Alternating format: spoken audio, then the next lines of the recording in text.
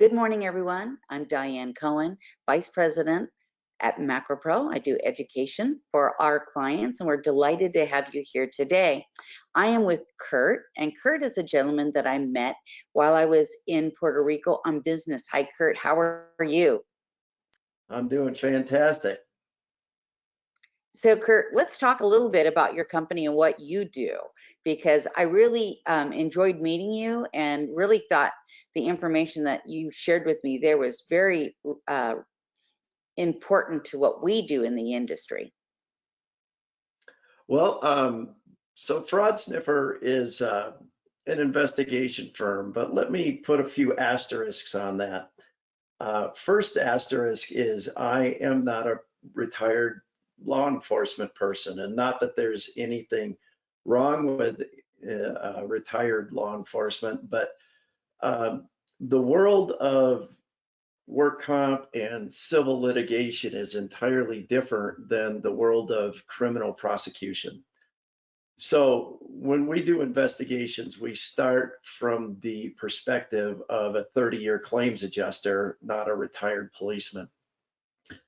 And the other thing about what we do with our investigation offerings is we have leveraged technology as strongly as possible, specifically in social media investigations. And when you have software assisted social media, it basically gives you all kinds of benefits, but the most useful benefit for claims adjusters, specifically in California, is the fact that we offer free updates for all identified social media profiles for the life of the claim. So anytime you're doing a diary review or a reserve revision or a authority request, all you need to do is click a button and input your date ranges, and any new posts that show up in any of the active profiles will populate in our software and be sent to you the next day, organized chronologically at no additional cost. That's quite a nice benefit for sure. So how did you guys come up with the name FraudSniffrs? That's really memorable. Well, so I have to say that I am in partnership with my sister. She's the one who designed all of the software. And since I understand the industry, I tell her what to design. But she also has a master's degree in advertising, and she came up with the name FraudSniffr, but it's FraudSniffr with no E at the end. And the story behind that is a little more interesting, because when we first launched, like all business startups, we had zero money to do anything. And we went to get a URL with FraudSniffr with an E, and a cyber squatter was sitting on that URL, and he wanted $10,000 for that. So we dropped the E out of FraudSniffr and got our URL for $8 from GoDaddy, which is why our other products such as FraudSniffr Observer and Megatrender, they're all missing vowels because it saved us $10,000 a crack. Oh, well, that's kind of nice. Wheel of Fortune, you saved yourself a little money there, right?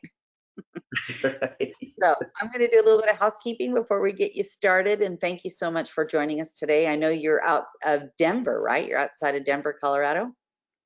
Right. A little bit cold there. I think a little bit colder than most of our audience. All right. It was 11 this morning. Oh, that is chilly. 11 degrees is definitely chilly. All right, so today's webinar is worth one California CEU. You need to be logged on to the GoToWebinar platform in order to receive your webinar, your certificate. You should receive that within 1 hour. There are handouts for this webinar, so if you'd like to download those, you can do that now. If you have any questions, you certainly can put them into the question box, and I see that Jessica and Lori already have sent us little messages, so that is awesome. Thank you, ladies, for using that, and good morning. And one of them says that they're in Colorado also. So we've got Lori is there with you in Colorado. And then lastly, if you'd like to see this presentation again, you can see that on the Macro Pro YouTube channel. So Curt, I'm going to turn this over to you now. And again, if you have any questions, please be sure to put that into the box and we will read those questions to Curt as we go along. Okay, so buckle up, Buttercup, here we go. We all know that the world of workers' compensation is changing at a lightning speed, but the issue arises when we try and handle these new circumstances, these new political nuances and differing things that plaintiffs' counsel are doing in their claims using the same old methods. The tools that we have are still effective, but the way in which we implement them and the way in which we coordinate them needs to be done differently if we expect to still get solid results within these changes that are coming down the pike. But before we can talk about tools and strategy and everything else, we have to kind of identify what we're dealing with, and specifically the difference between fraud and malingering. And the big issue with fraud is, in order to be able to make some type of fraud accusation or claim stick, you have to be able to identify the element of intentionality. And when you identify that intentionality, you have to figure out which particular type of fraud you are trying to identify and defend against. We're all very familiar with the willful misrepresentation or concealment of information to obtain benefits. That's a fancy way of saying, I think my worker's okay, but he still isn't going back to work.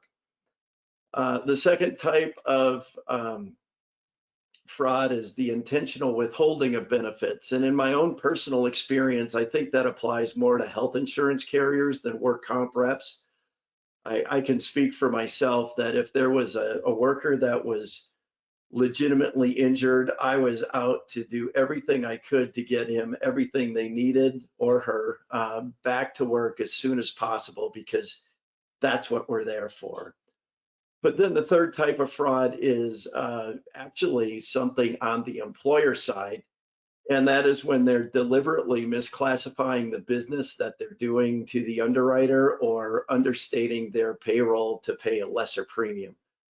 Obviously, today we're talking about the first type of fraud, and that is a worker who's deliberately trying to double dip the system. But most of our workers aren't trying to double dip the system.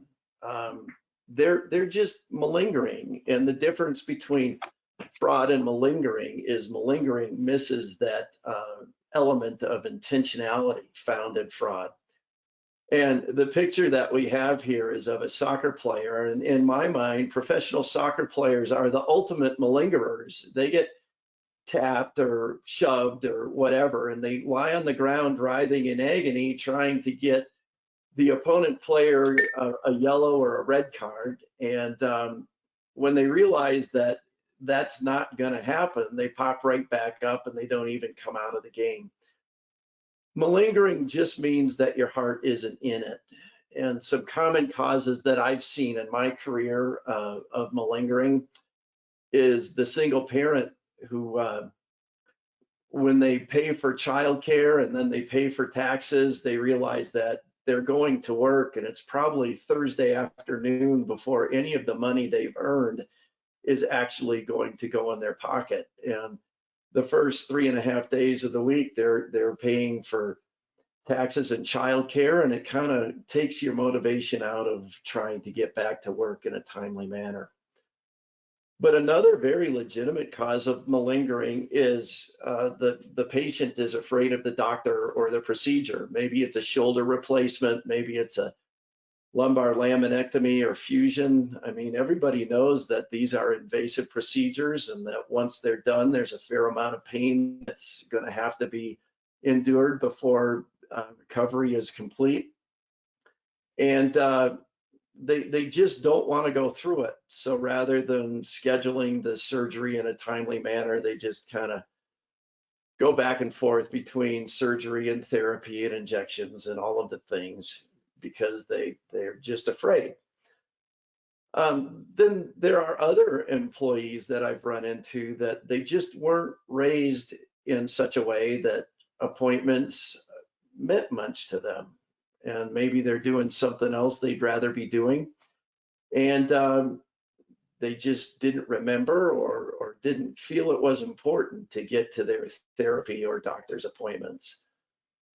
And then another cause for malingering, and if truth be told, cause for a lot of work comp claims, is there's something going on at the job predating the injury. Maybe they're under some type of written disciplinary action. Maybe they don't like the boss. Maybe they don't like the job, period. But if this is a place where you feel like you have no future or you really don't like being there to begin with, the desire to get back is certainly going to be reduced. But it's not just the employee that makes workers' compensation claims difficult. Part of the difficulty lies with the insurance industry and its failure to change or adapt as quickly as sometimes it should. And one of the reasons the insurance industry is resistant to change that I've come up with, this is my own opinion, but is their infatuation with loss adjustment expense. And for those of you who've been in the industry for a while, this is all of the costs that insurance companies pay outside of actual claim payments. It's salaries, it's technology, it's pens, paper, and all that stuff. And what I found in talking to people throughout my career is that loss adjustment expense is one of the few things that insurance carriers and TPAs can control. And therefore, it is the metric that is most closely tied to upper level management performance bonuses. So there's a temptation to not spend money on technology or being cutting edge because it would require a short-term sacrifice for a long-term gain. But more than, I'm not dogging on insurance management because if you've ever dealt with a developers as a general rule overpromise and underdeliver.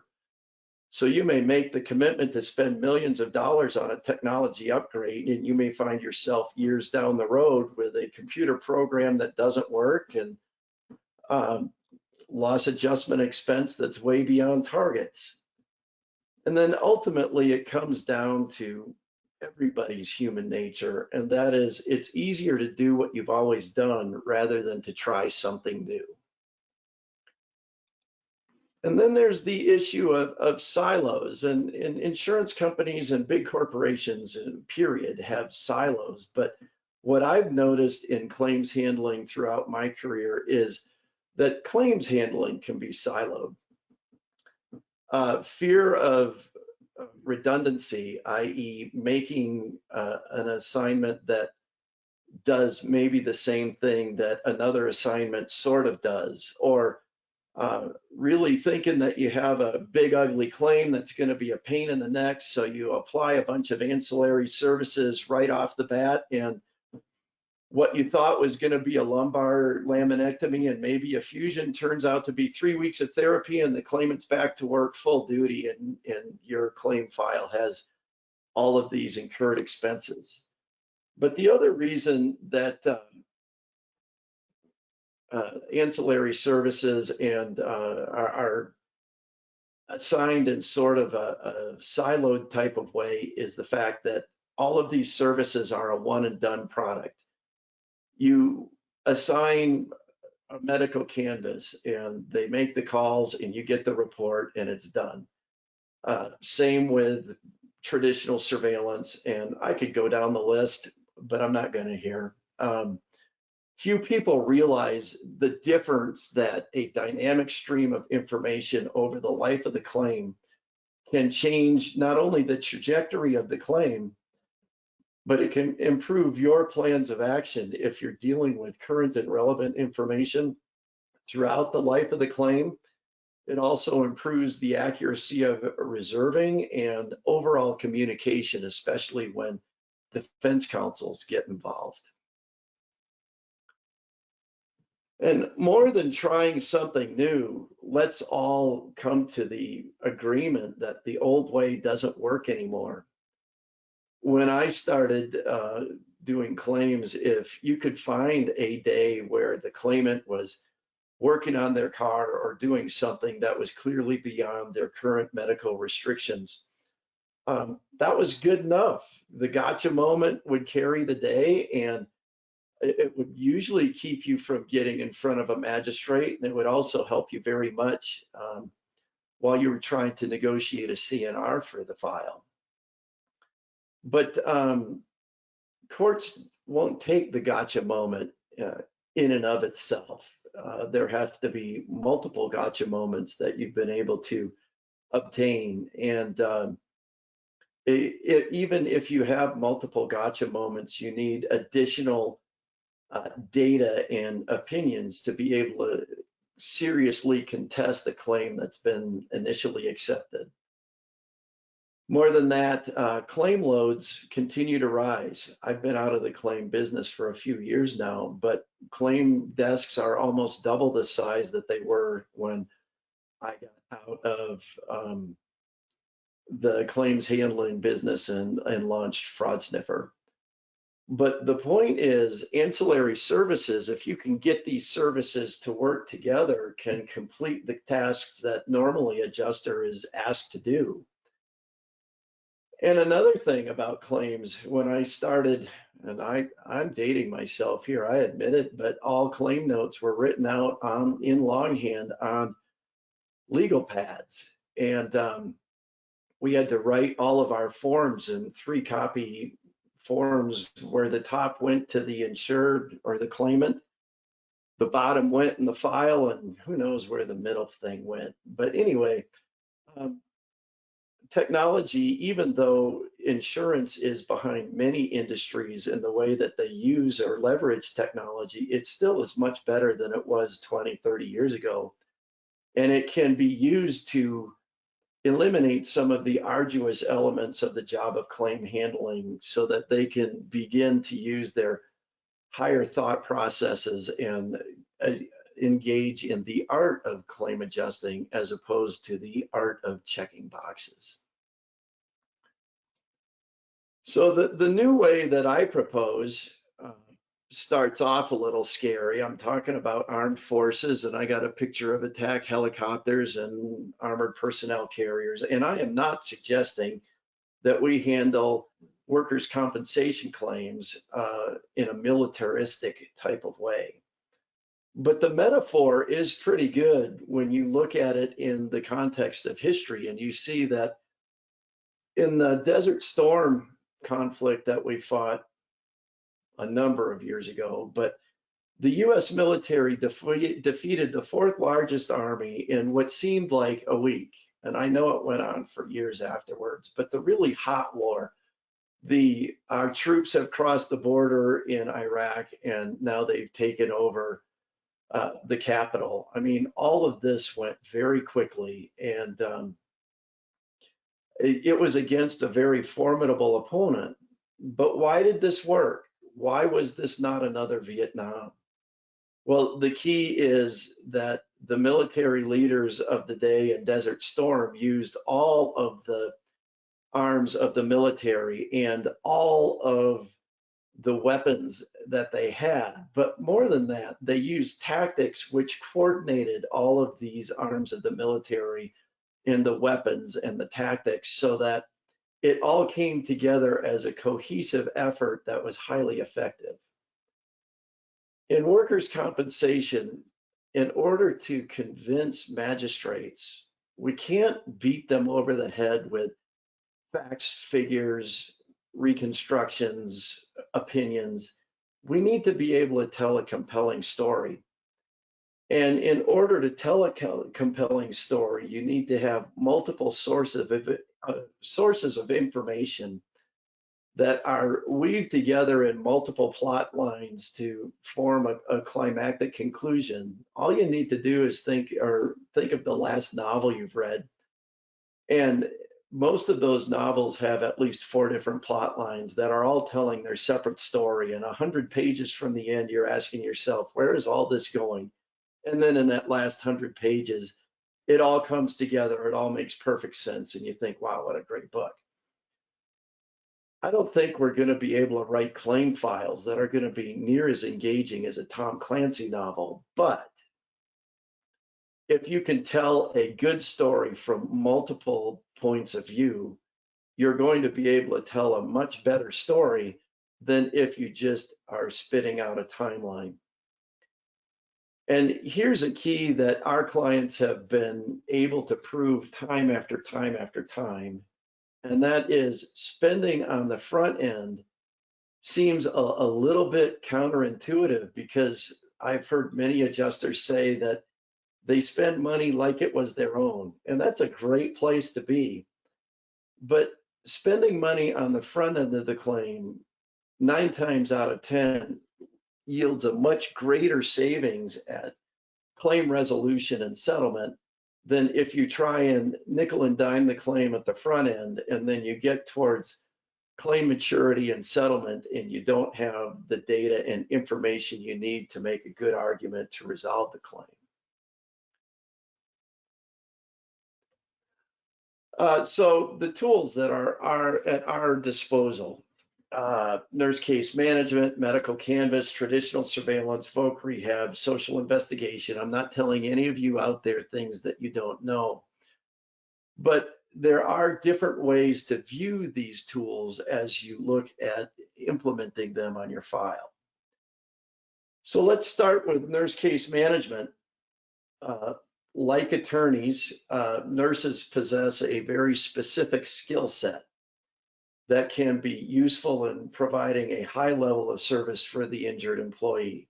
Duh. But the thing about nurses is, while they understand a lot more about medical situations than an adjuster will, and they've had much more specialized training, they don't have magic wands. You can't put a nurse into a ideological black hole and tell them to fix things. They just don't have the tools that they need to be able to do that. So some of the tools to make a nurse much more effective start with a complete medical history. And this complete medical history will document pre-morbids, i.e. if your claimant has a back problem, but you don't know if they've ever injured their back before or if they've dealt with chronic back pain. Or the other big thing about medical history is baseline health.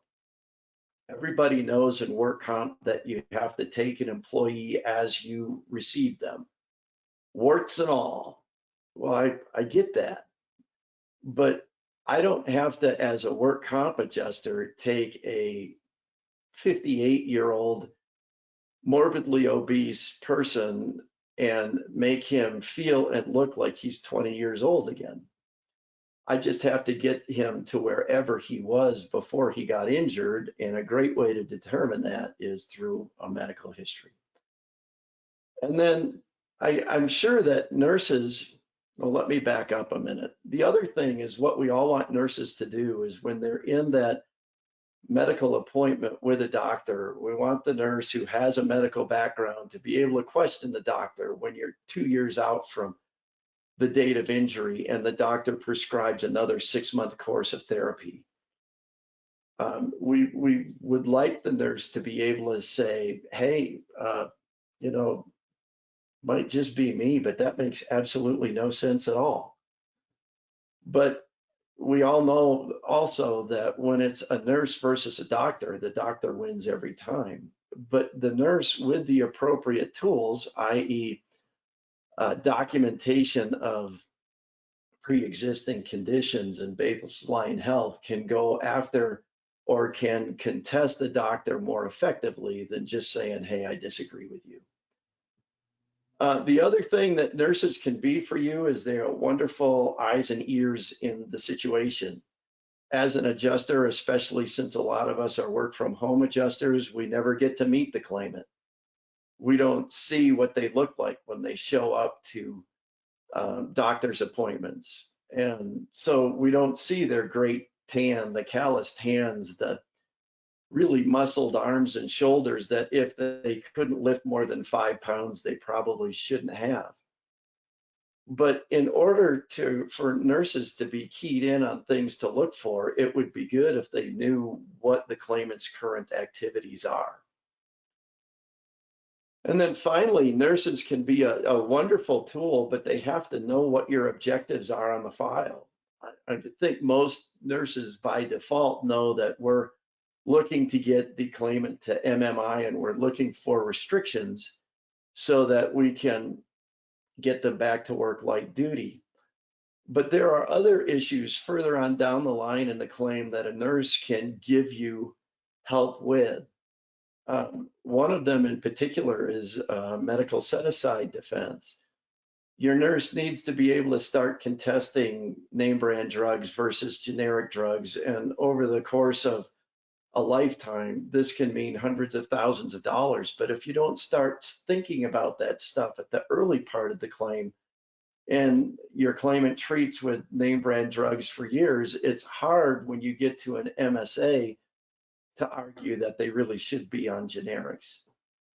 And then there's always the compliance with treatment. Are they not only showing up to therapy appointments, but are they working hard at the exercises they've been giving?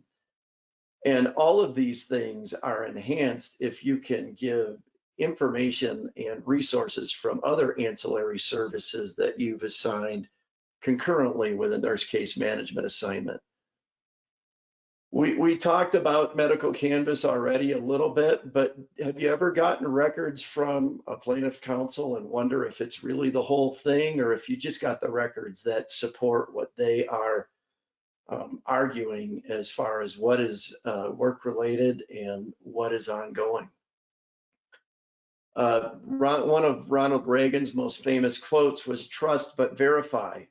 I think this applies to every aspect in claims, and a medical canvas is one of the most reliable and affordable ways to trust but verify what the claimant is telling you with regard to, have you ever had an injury before? Did you ever hurt your back, shoulder, knee, whatever?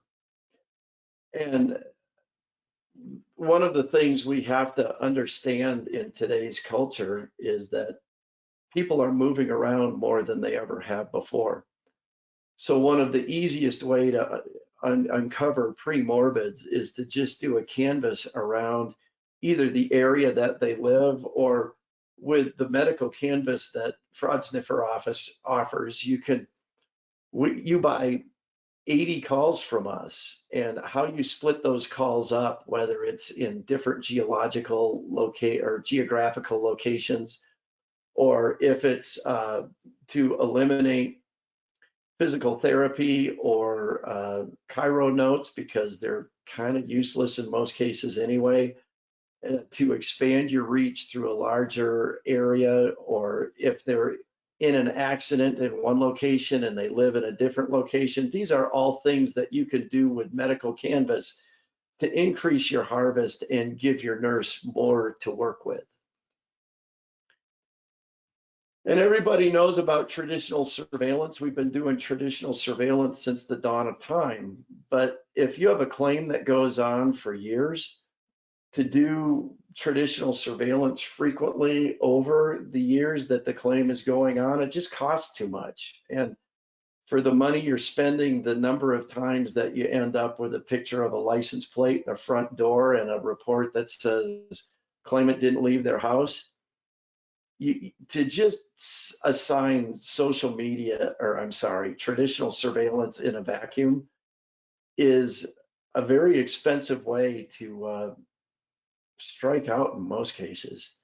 And even if you do get that gotcha moment, as we talked about earlier, my experience with California magistrates is they will look at whatever it is you got in surveillance and ask the claimant if they still have pain. And if the answer is yes, you're right back to where you went or where you started from.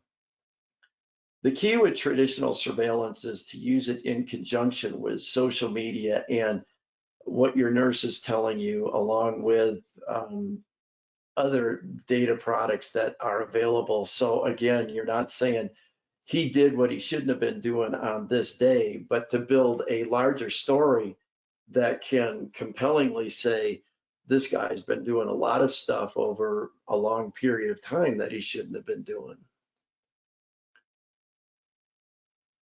And then Voc Rehab. Voc Rehab, I'll admit, I think I probably misused most of my claim handling career.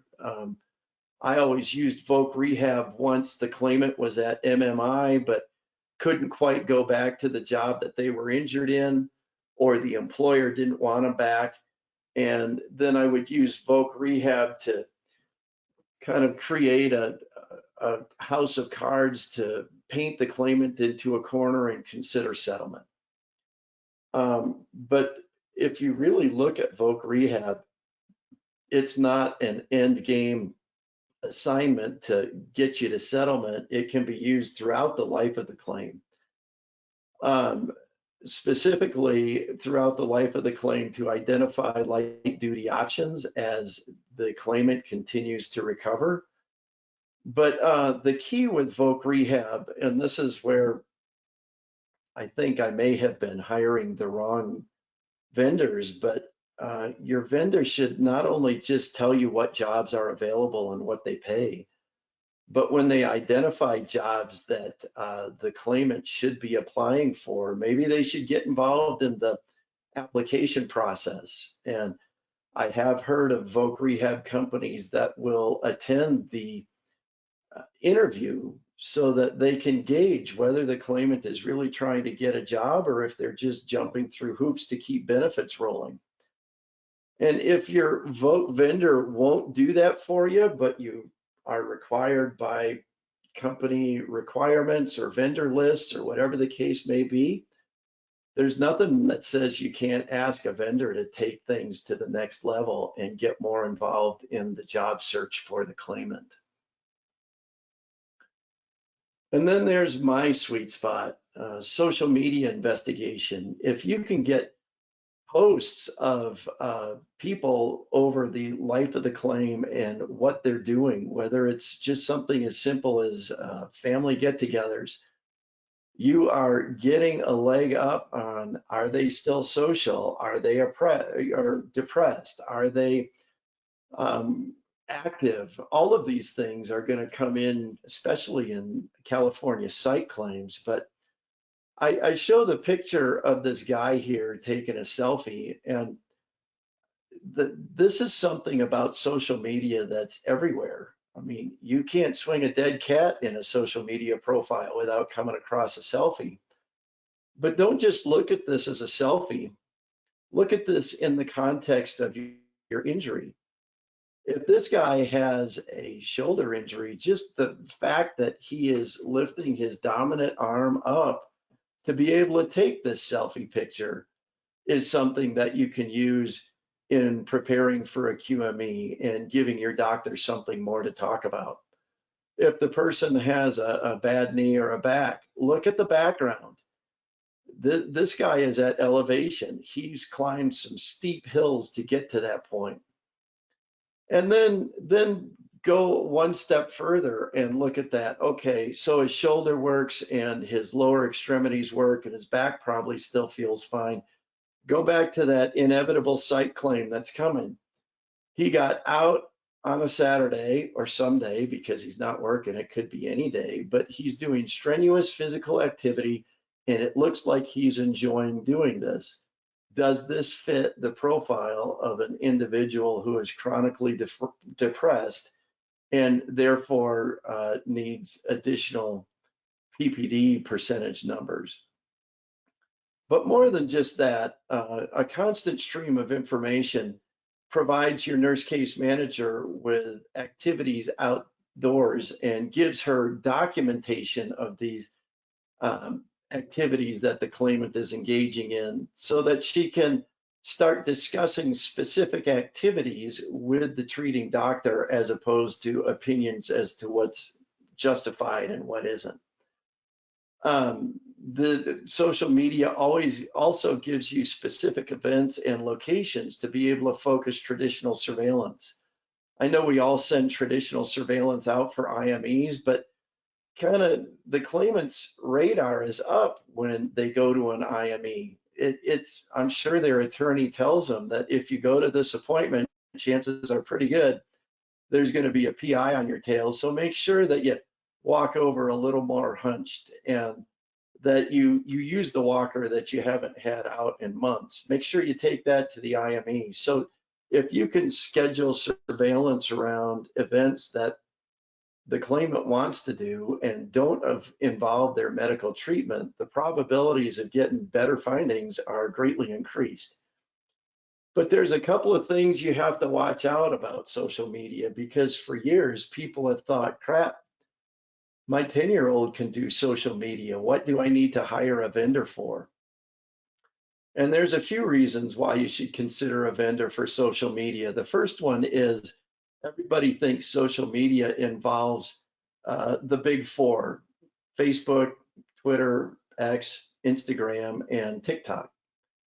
But we actually have found some very useful information in work comp cases by looking for claimants on TripAdvisor. You'd be amazed at the number of people that can, on a 15-minute sit-stand option, that can somehow find their way 6 states over and write a raving review about a hotel after sleeping on a bed that's strange to them. If you have a back problem, why would you do that? We also check things like Strava and Map My Run and Championship Chip just to see if people are doing 5Ks on the weekend. And again, if you're not thinking about all of these other things to check other than the big four, you never know what you're going to miss. And because we do this for a living, and because we like our employees, and because we don't want to find them face down in a ditch, we have developed processes that protect their anonymity.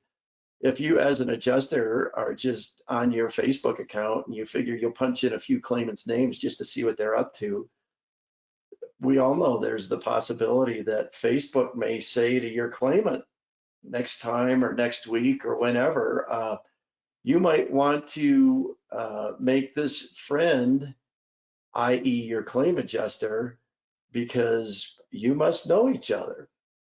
And then the final thing about social media that you have to be aware of is pricing is a shell game. At FraudSniffr, we charge you $600 for the life of the claim, which includes unlimited on-demand updates. And our initial investigation not only includes your target, but it includes all of their friends and relatives too. So by the time you have a claim that goes for 3 to 5 years, and you do 90-day updates, if perhaps that's what the special handling instructions from your clients say, and you have a service that only focuses on one person, so you do the claimant, the claimant's wife, the claimant's 2 children, the claimant's parents, and 2 of their known associates, by the time you've gotten through a 3 to 5 year claim period, what you paid in social media is significantly more than what you would pay in a flat rate scheme. So anyway, those are all things to think about social media investigation. The benefits of assigning multiple services all at once is every service is looking or making sure that they've covered everything within their own lane. But these lanes intersect. So when you have multiple services telling all of their best stories, together they tell a better story and they fill in gaps in the timeline. This limits missed opportunities and increases the credibility for the story that, as we talked about earlier, is really what it takes to convince a magistrate who listens to well-told stories and not so well-told stories all day long. And when vendors share information with each other, the adjuster doesn't have to become this information conduit that is orchestrating who said what and when, but the story begins to form all on its own, and the adjuster can become more strategic in their thinking. And when you do multiple services at once, glimpses into ultimate claim resolution unfold. And these glimpses lead to more accurate reserving and POA formulation. So, all right, I've given you all of the theory. I'd like to look at a couple of case studies with you. Now, the names and the ages and some of the loss facts have been changed because certainly we don't want to take anybody's confidential claim information and throw it out there in a webinar. And I will admit that these claims are simplified somewhat because it's impossible to get into an example as to what plaintiff counsel is like and which magistrate you have and what county is it in and all of that. But if you cut me a little bit of slack for simplicity's sake, these next two examples try to show you what or how the assignment of multiple ancillary services at once can ultimately bring about a better claim resolution. So the first instance is of a 50-year-old drywall installer. He tore his rotator cuff. He's at MMI now, but even though he's at MMI, he has a 25-pound lifting restriction with no overhead work.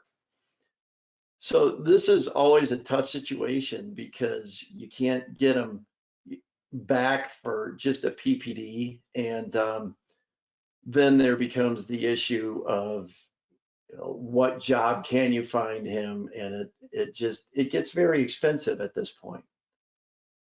But if you start taking multiple ancillary services and combine their findings all at once, the nurse case manager may note that he has multiple nicks on his hands at his last doctor appointment. And then when you look at the social media investigation, it turns out that there have been several posts from this injured employee that he goes down to the soup kitchen at the Kiwanis Club, and he enjoys taking the time that he's unable to work to prepare hot meals for the homeless.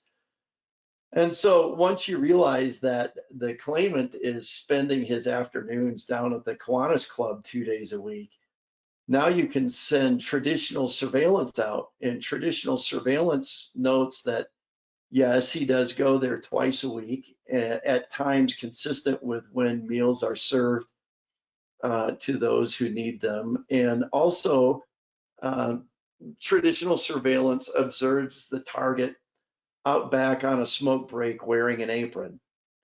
So there's nothing wrong with helping the homeless or the less fortunate while you're out on workers' comp. But what it does show is that, this guy may not have to be a drywaller for his entire life. If he likes to cook, maybe he's got some knife skills. Maybe this person could be a sous chef. So then now your voc counselor has a very difficult situation or comes from a difficult situation of trying to find replacement work for a very manually intensive or a manual labor intensive position. But now there's the possibility that this person not only has interest, but the ability to do something within his restrictions of 25 pounds lifting and no overhead work. So she finds some jobs for restaurant positions. She attends the interview with the person, with the injured employee, to make sure that he's not blowing up the interview before it gets started. And because he can't fake his way through the interview, he presents well and actually gets a job at a restaurant. And now the case resolves via CNR for wage differential as opposed to a lifetime of disability benefits. And another example is, and I ran into this a fair number of times, you have a 22-year-old female who suffers a back strain at a fast food restaurant.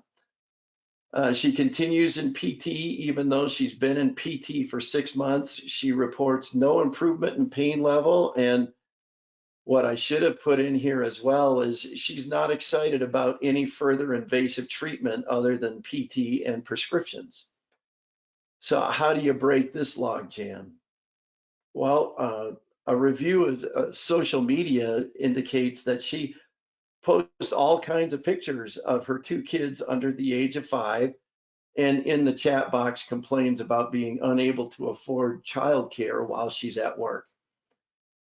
And then you do a medical canvas, and it turns out that when she was 16 years old, she was in a moderately severe car accident and has treated for chronic neck and back pain ever since.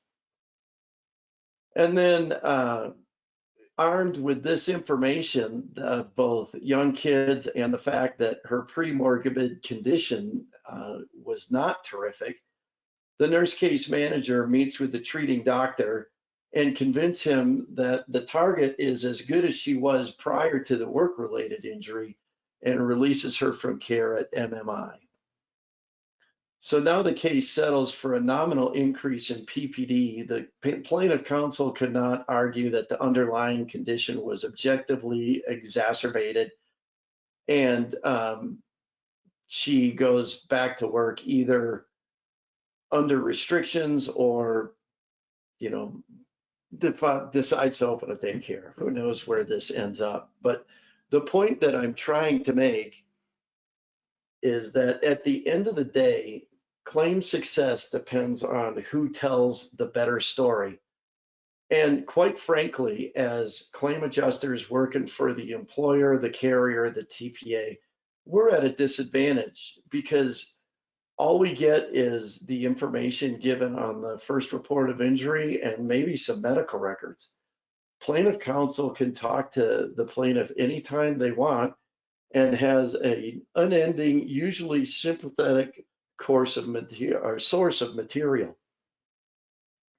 The temptation, since you can't deal with the claimant directly, is to bury the magistrate in facts, but that's what they hear all day. They're looking for something different, something that makes sense, something that is believable. And the key to communicating your position is by telling a great story, a better story than plaintiff's counsel. And a key to developing that good story is to tell it from multiple viewpoints. These viewpoints should be assembled concurrently and should all have a common theme. So with that, I have to steal a line from Forrest Gump and say, that's all I have to say about that. If you have any questions, now's the time.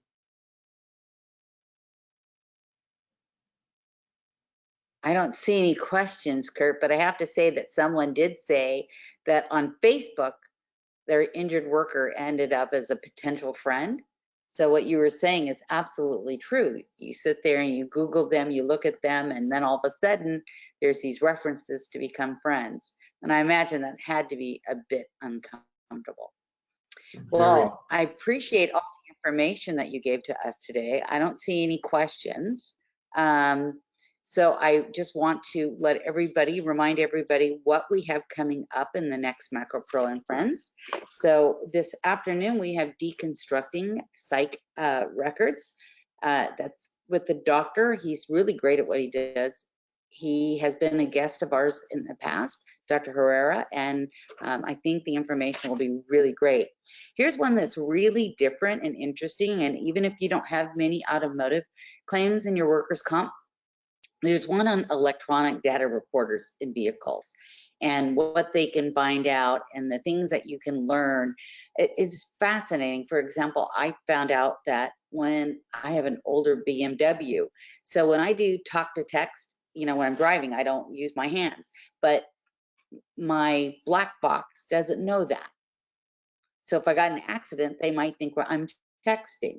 So there are a lot of things that are really fascinating in technology today, and that is going to be tomorrow afternoon. So if you haven't yet looked at all of the classes, please go to macropro.com and look at all the classes we have available for you. We have a baker's dozen, and we want to wish all of you a happy holiday, whatever your holiday may be, whether it's Hanukkah, Christmas, Kwanzaa. We hope that you guys have a lovely season.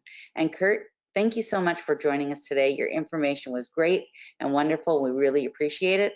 Again, you can watch this as a repeat command performance on the Macro Pro YouTube page.